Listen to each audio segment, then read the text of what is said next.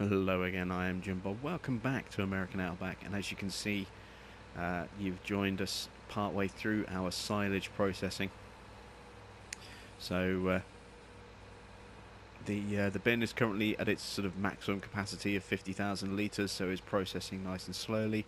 That's giving me time to make sure that the pile is being kept at a nice, consistent size, so that we can tip in a continuous manner and try and really maximise just how much money we can get out of our silage here. Looking to make as much money as we can. We're only showing 94,000 on the screen at the moment, but I have already cleared off our loan. We've already made a good couple of $100,000 from silage so far.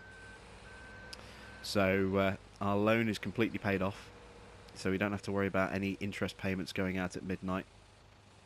As I say, all I'm doing is just making sure that I'm keeping this fed with bits of silage, so that our belts can keep loading and picking up at a nice continuous kind of pace. But while this is going on, I think it's time for us to just recap some of the mod news and farming news that we've had over the last couple of days. So let's jump in with that. First off, yesterday we had a whole load of mods go live. We didn't get an update to the testing thread, which was a little bit of a shame. So we don't really know the current state of play with testing. But we should hopefully know in the next couple of hours, what's still in testing, what's still going on with testing, once the thread updates. It is about 10 to 11 in the morning here, so I'm expecting the thread to be updated in the next sort of 2 hours or so. So maybe we'll get an update into this video by the time it's coming to an end. We'll see. But yesterday we did get a whole series of mods. We got 6 mod releases in the end yesterday. So having had the 10-ton silage trailer, West silage trailer from Arm Team go live at the end of last week, yesterday we had the 10-ton grain trailer go live. And we also had the quick Q930 front loader, which is designed for small tractors. So you kind of 75 to 95 horsepower range. It's a very nice little set of front loader forks, or front loader arms. Has a nice little option of an angle guide as well, which is a little sort of rod that pops up or down depending on. Just had a little break for on some unknown reason there. Price has just dipped below 500. We'll still keep going. Yeah, it's just basically it's a rod that is attached to the side of the front loader arms, and then as they are operated hydraulically, this angle here, as you can see, the bucket angle there, as that changes, the arm has that little indicator that goes up or down to give you a kind of a rough idea as to what angle the bucket is at, or the arms are at, which is quite a useful little tool. We also got the Biobelts ITR semi-trailer. So as I was saying recently, I don't believe we're going to see the Biobelts ITR truck back. Not only was it horrendously buggy, but it was also suspiciously looking like a Renault truck, and therefore a potential copyright violation on top of its instability. So I don't think we'll be seeing that mod back. But what we have seen is the Biobelts ITR trailer, a semi-trailer go live yesterday, which is, I would imagine, I suppose, kind of a replacement. And then we also got almost like a direct replacement as well. Obviously, Toxicom has been working on his Tatra truck range recently. We've had the truck itself. We've had a logging variant of that truck, and then yesterday we got the ITR variant of that Tatra Terno as well. So we've got a nice little kind of set of those trucks now, which is good. And we have another ITR option with the Terno ITR. We also had a vehicle shelter and frames pack go live as well. 6 buildings, 3 with covers, and then 3 which are just wireframes. And honestly, I'm not entirely sure why we've got the ones that are just wireframes. They don't They don't act as a shelter because there's no roof on them at all. It's just a wire frame, so they seem kind of odd unless somebody wants to kind of create maybe an abandoned area or a really rundown farm. I can't really see the point of those being there myself. But the other three, look quite nice if you want to have like a low budget kind of rustic kind of feel to an area. So we had those 6 sheds go live. They're all pretty cheap. They're all available in your placeables menu once you install the pack. And then we had quite a big pack go live yesterday, one that quite a few people have been waiting for, and one I didn't think we'd actually get just because of licensing, and that's the Oshkosh pack. It actually went live yesterday.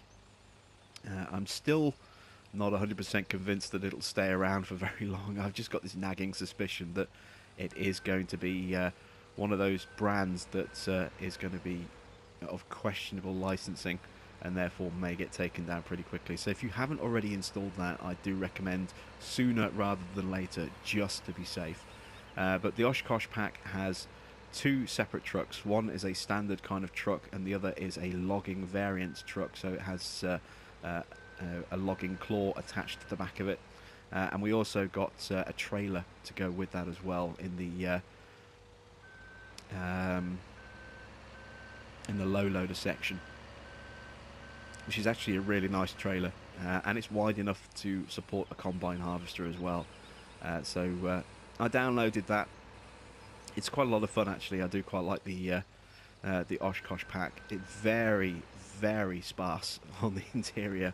I have criticised the interior work in the past on Toxicom's Biobelt's ITR truck, which had a very sparse and very low res interior, pretty poor quality in comparison to some of the other stuff that's out there. But he kind of redeemed himself a bit with his Terno interiors because they are a lot nicer. But there is no interior whatsoever with the Oshkosh pack.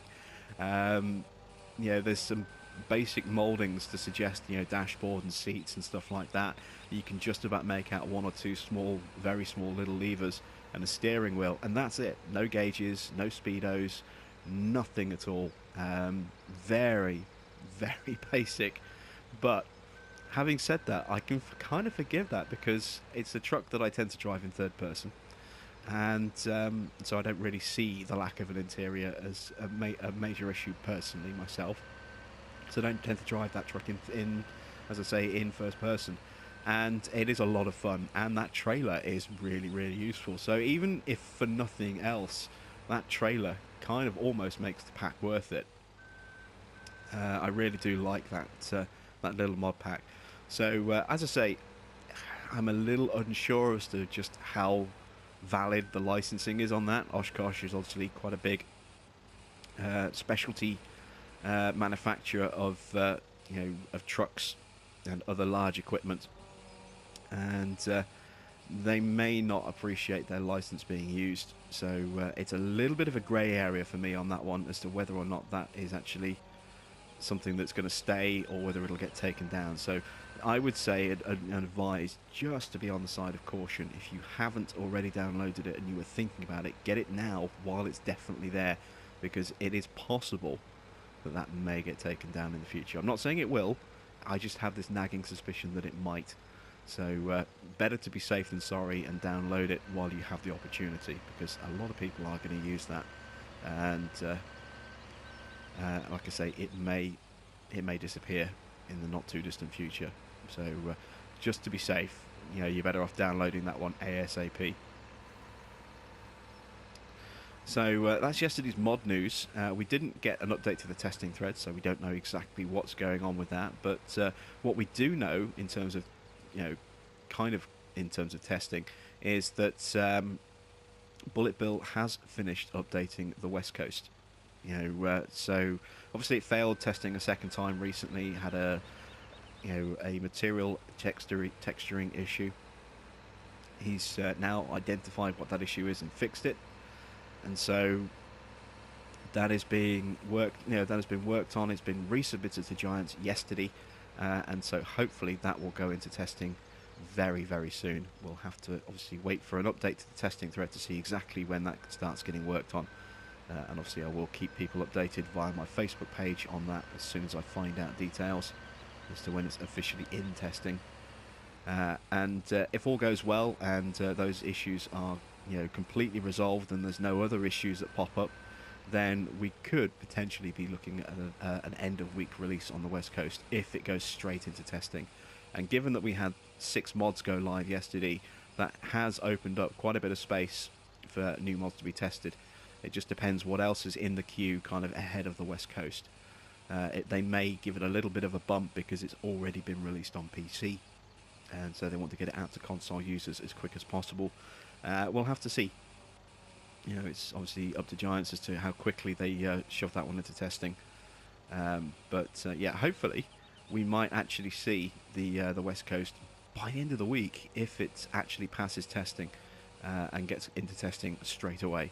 So definitely want to keep an eye on the thread for there. There is also another map that's currently being tested, the Legend, Farming Legend. I posted a map of the, I posted a shot of the map layout itself on my Facebook page. So I do recommend having a look at that if you haven't seen it already. I am really looking forward to seeing another map. So hopefully we'll find out what's going on with that as well. That wasn't released yesterday, and of course, without getting the testing thread updated, we don't know if it wasn't released because it failed or what the situation is with that. We'll wait and see what happens when the thread gets updated today, which should hopefully be in the next sort of couple of hours from when I'm recording this.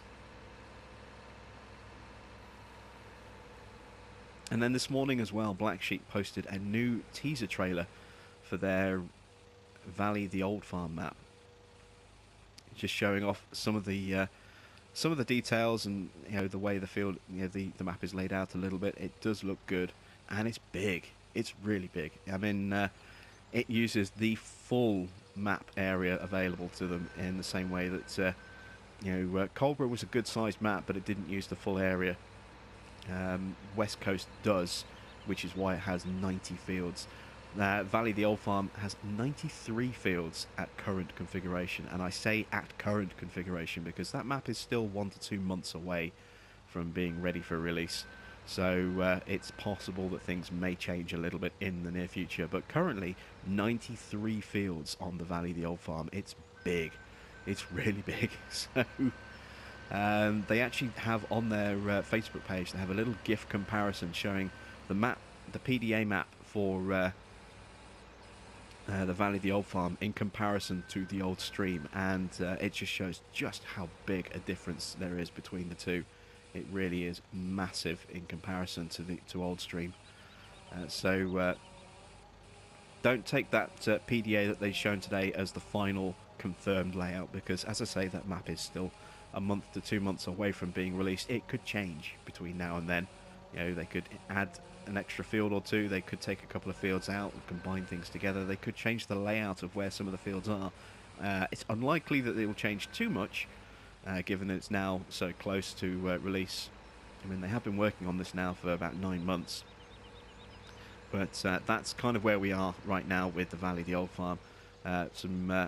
Some details, more details starting to come to light, and as I say, we are getting closer and closer to the release of that as well. So plenty of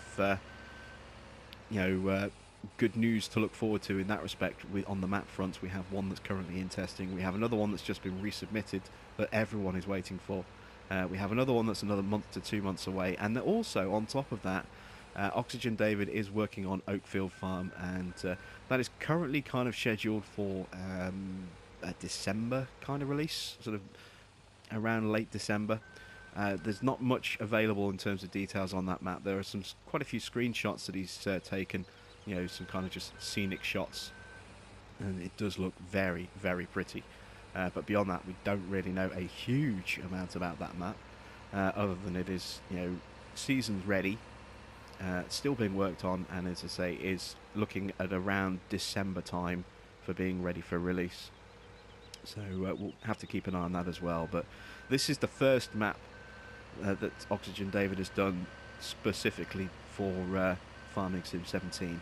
All of his other maps that he's released so far have all been updated versions of Farming Sim 15 maps, with the possible exception of Chellington. I don't know if that one was a Farming Sim 15 or a Farming Sim 17 map. It may well have been sort of roughly created using Farming Sim 15 kind of guidelines and then converted across. But from what I understand, Oakfield is the first map that he's done that has been dedicated solely as a Farming Sim 17 project. And as I say, from the screenshots that we've seen so far, just kind of scenic screenshots, it looks stunningly beautiful. So looking forward to finding out a little bit more about that map as we get sort of closer to December, and that map starts getting closer and closer to being released. But there we go. There's a load of mod news to get you up to date.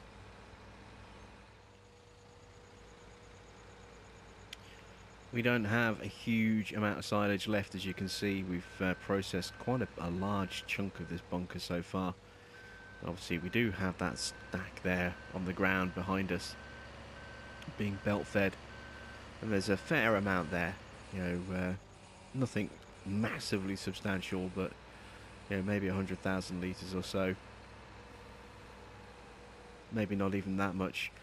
But you know, you can see that we are starting to make some quite nice cash. We're up to 280 plus in our bank account. Plus, don't forget, we've fully paid off our loan as well, so we now have effectively 583,000.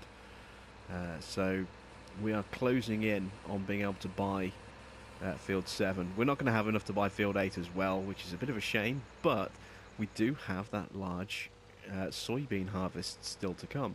You know, all of our fields currently have soybean on them, so once that grows in and that's harvestable, if we get lucky and get a great demand on soybean, we will be laughing all the way to the bank, because we will have a small fortune on our hands, which will easily cover the cost of Field 8.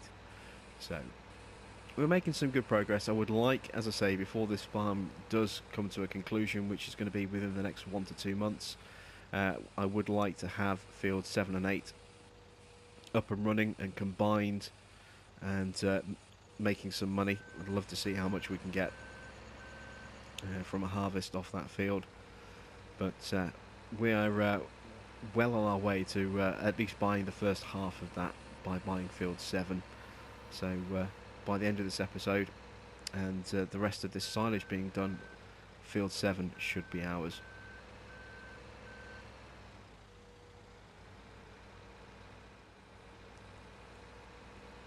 So we've just had the testing thread updated a little earlier than I was expecting, actually, about an hour or so earlier than I thought they would do it.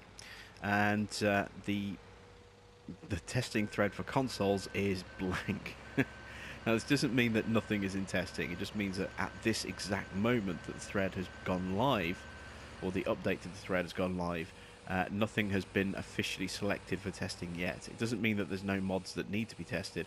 Obviously, we already know that the West Coast has been resubmitted for another round of testing, so that may well be one of the mods that's going to get selected. What it simply means is that the QA team are busy working through the list of mods that are available to be tested and deciding which ones they want to go ahead and test next. So a little later today, there will definitely be testing for console mods going on. It's just a question of exactly which ones. However, the fact that the thing is blank means that if we don't have a release of Farming Legend later today, then it would appear that that map will have failed testing. So we'll just have to wait and see whether that map does go live or not.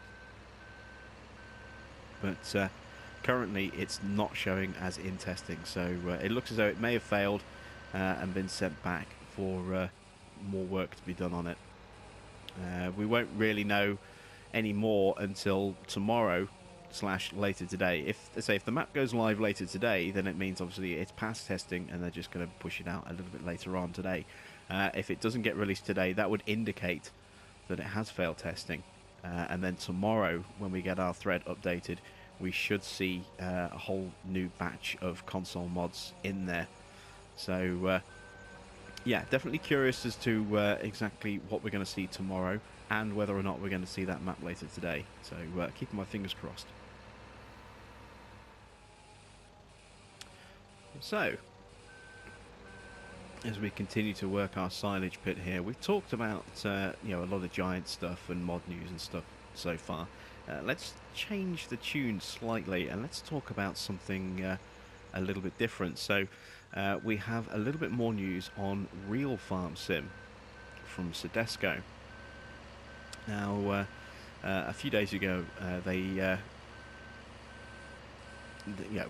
maybe about a week ago, they posted something suggesting that more details were on the way, and then after a couple of days, they then just released a teaser suggesting that their release date would be sometime in October, with the start of a date. And I responded to that quite critically by saying, you're still keeping us in the dark. We're less than 2 months away from when this game is coming out, and still we don't have any information about what we can expect. We have no footage of the game. We don't know what it's going to look like or run like. The longer you keep us in the dark, the less confident I am that you'll actually be able to deliver a game that I want to play. And they said, don't worry, juicy stuff is coming. And 24 hours later, they confirmed the release date of the 20th of October for this year, coming out on console and PC at the same time. And they also have now released a little bit more information as well, including a gameplay trailer. The gameplay trailer does look very, very pretty, although it doesn't suggest what version, or what type of system that's running on. I would imagine it's probably a PC rather than a console. It did look very pretty. One thing that was immediately obvious was the lack of branded, big brands. And I can kind of understand that. This is their first foray into a farming sim. Maybe they don't have a huge budget and they want to concentrate on the game itself and making it look good and run good rather than spending that money on licensing. So there's no licensed brands that I have been able to determine in the game as yet. Obviously that may change, but it looks as though at the moment we don't have licensed brands in pure farming. It's not the end of the world. I mean, it would be nice, but as long as the game plays well, that's maybe not necessarily a bad thing that it doesn't have brands. As I say, it is their first foray into farming, and if they've only got a set budget, if they've decided to actually allocate all of that towards gameplay and graphics, rather than detracting from those potential areas by adding in brands that would cost quite a bit of money for licensing deals, and maybe that's not such a bad thing. Maybe it's kind of a good thing that they're doing that. But we do now have a little bit of information about the game modes as well. So as I tip this, I'm going to park up for a second and just read off the press release on their on their page from a couple of days ago, where they announced the additional details about the game modes itself. So let's see. Real Farm Sim caters to both simulator fans and other gamers with two distinctive game modes, Free Mode and Career Mode. Free Mode offers the simulation experience which fans of the genre know and love. They start out with an established farm and can start expanding in every which way they want to. In Career Mode, players start from nothing. As a contractor, they have to work jobs and missions for other farmers, gain reputation, and earn money, so they eventually will be able to buy their own farm and expand from there. And then it lists some of the features, so you can dive into a huge open world presented in a sumptuous native 4K. Grow from farmhand to agricultural A-list in Career Mode. Cultivate the role of an established farmer in Free Mode. Sow crops, keep livestock, or both, buying and selling in a real-time economy. Plough straight in with pick-up and play controls and a comprehensive tutorial, and drive and maintain a massive array of farm vehicles and machinery. So it does sound as though this is going to be a game a little bit like Farm Sim, where we have complete control as to what we do with our farm.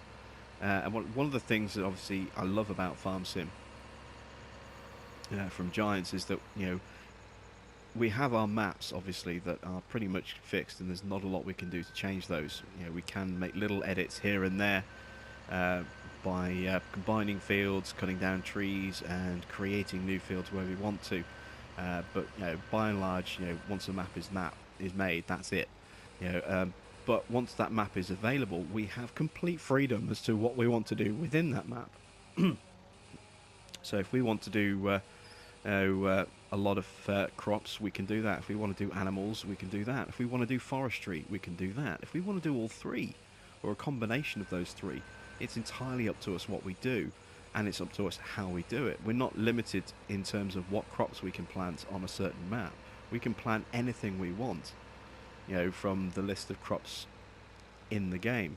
And obviously sugarcane is going to be added to that list later this year when Platinum comes out in November.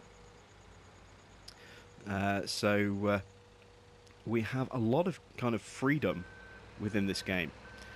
Now, in terms of something like pure farming, I get the feeling that that is going to be very much focused on what you can do in a specific region. So if you want to do animal work, say you want to run a sheep farm, you will probably only have a couple of locations where you can do that. At least that's the impression that this game is giving out so far. If you want to plant certain crops, you will only be able to do those at certain locations. So if you want to do, you know, the wine farm stuff, you know, in the vineyards, etc., and the orchards, you will probably only be able to do that on certain maps. Likewise, you know, certain grains will only be available on certain maps, or at least this is the way I've interpreted the information that's been put out there about Pure Farming 18. Now, with Real Farm Sim, it's suggesting that we will have complete open control, like we do here with Farming Simulator 17, and that's a good thing, you know, because then we've actually got direct competition for giants. Yes, it's not going to have branded equipment, and no, it probably won't have mods either. You know, nothing has been confirmed about that, but it's highly unlikely that we'll have mods, at least to start with. Maybe further down the line, mods will be sort of entered into the game, but initially I would be very, very surprised if mods are allowed within Real Farm Sim. Same with Pure Farming, I don't think that's going to have mods either. And that doesn't even seem to have multiplayer. You know, that's something that Pure Farming guys have been very tight-lipped about. They've been asked about it, and they haven't given us a straight answer on either mods or multiplayer. But it's safe to say that while those are definitely not in the game at the moment, we may possibly get something along those lines a little later on down the line. Don't hold your breath on it, though. Multiplayer has not been mentioned in Real Farm Sim, so I will sort of get back in touch with Soedesco and see if I can find out a little bit more about that. But it's good to see that we are now getting some actual details about the game and the kind of game style that we can expect. So looking forward to getting my hands on a copy of that game now and actually giving it a go, seeing what it feels like, what it plays like, you know, what kind of options we have. And I'm really kind of excited about that career mode. I'm looking forward to giving that a try. That sounds like it could be a lot of fun. So yeah, that's a little bit more news there about Real Farm Sim that is due out for release on the 20th of October on both PlayStation 4, Xbox One and PC. We have quite a large pile of silage, you know, there. We have a little bit left in the end of our bunker. We're getting right towards the end of it now. And as you can see, we have quite a lot of cash.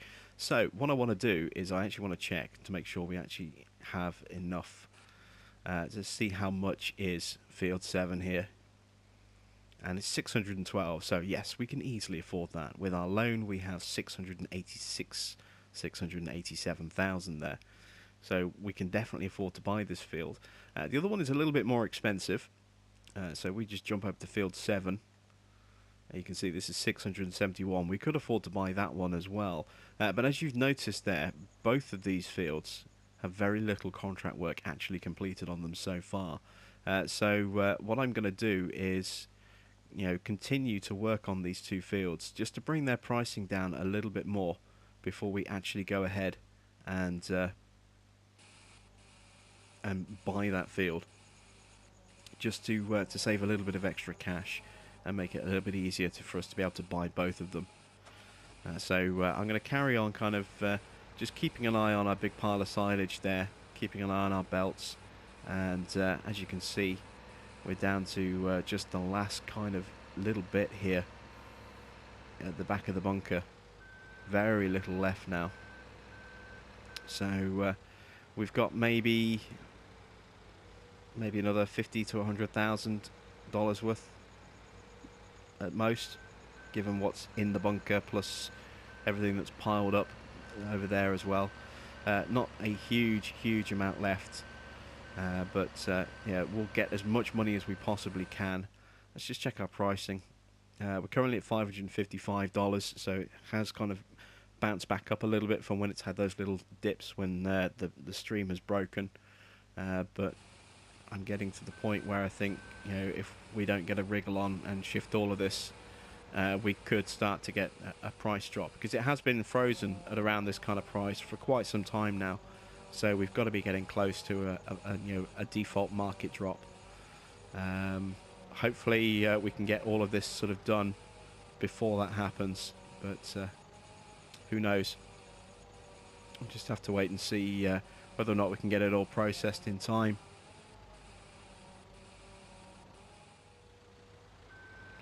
Well, this is the last little bit. There we go. We have emptied our bunker silo. So all that's left now is just to process the pile. And you can see we've actually made a lot more money than I thought we were going to do. I honestly thought we would have run out. All the money would have gone by now, but we're still going, look. So I wonder how much is left in this pile. We're at 550,000. Our silo is completely empty. Everything we have left is now here in this sort of clump on the floor. So very curious as to how much money we'll make from that lump just there. Hopefully it'll be quite a nice big chunk. Maybe another 50,000 or so, but potentially even more than that. Maybe even another 100,000. Who knows? But yeah, an awful lot of money just sat there on the floor waiting to be shoveled and pushed through the ramp. So I'll skip ahead again, and I'll join you as this is pretty much done.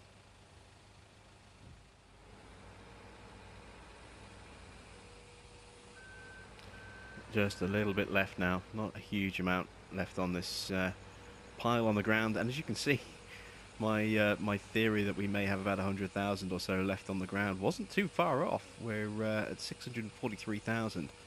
We were at 550 last time you checked in, so we've got over 100,000 really, because there's more than 10,000 on here. Way more. Just trying to scoop up those little bits that are around the edges. Let's just check our price. Still holding at 556. I thought it would have started going down by now. Oh, it's still going, which is good. Let's speed time up a little bit so it processes a little bit faster. Try and get these bits around the edges that are going to be harder for the belt to pick up. And now I think that's pretty much everything. All we need to do now is kind of just leave it and wait for it all to get processed.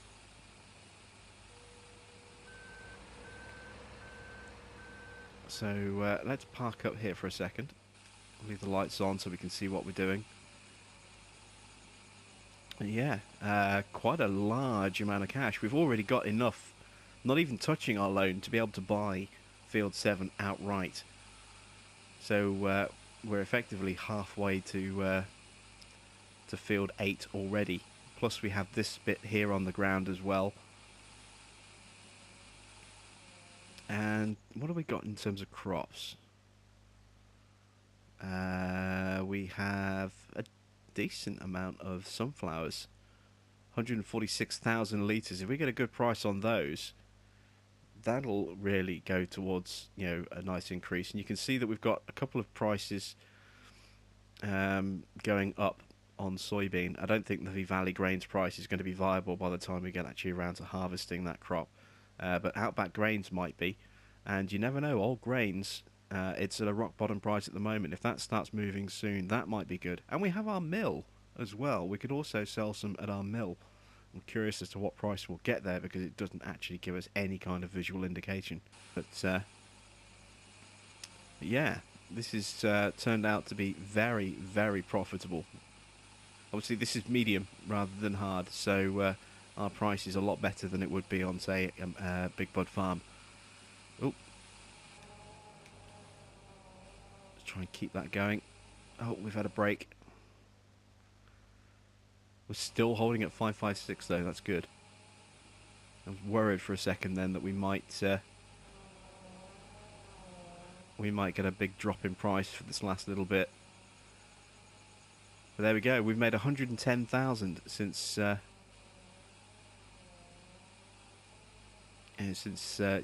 last little sort of time you were with us. So still more to process. Just got to try and keep it flowing now. It's in that awkward stage. Still holding at 556 as well. So let's really kind of take advantage of the situation. Let's unfold this a bit. Let's try and reposition this belt.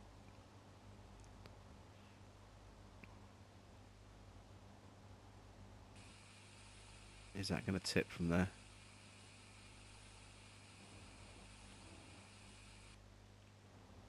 No, it's not.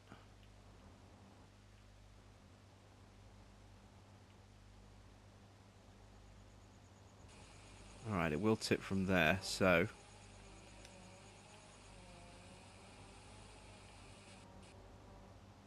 let's just pivot this round a little bit.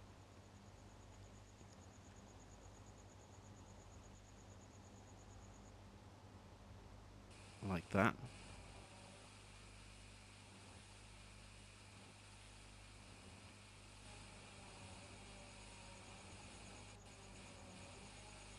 There we go. So that last little bit will get processed. Oh, now we've had a break in price. Look, 469. Well, okay. So we're going to lose a little bit on this final bit, but yeah, the amount of money we've made so far, I can't really grumble too much about that. Let's just scoop this last bit up and push it a little bit closer.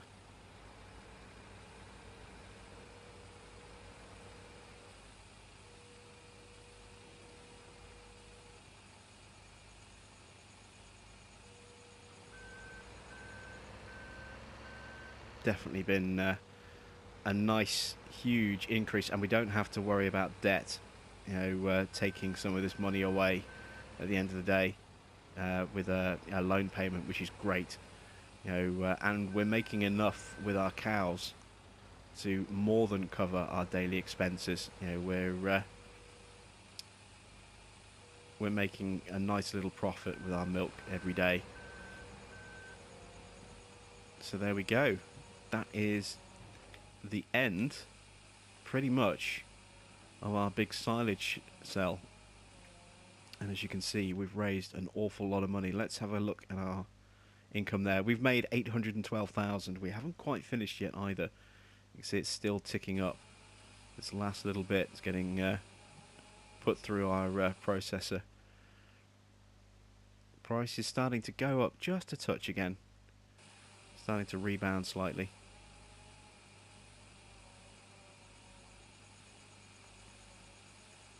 But that's it. Look at all this.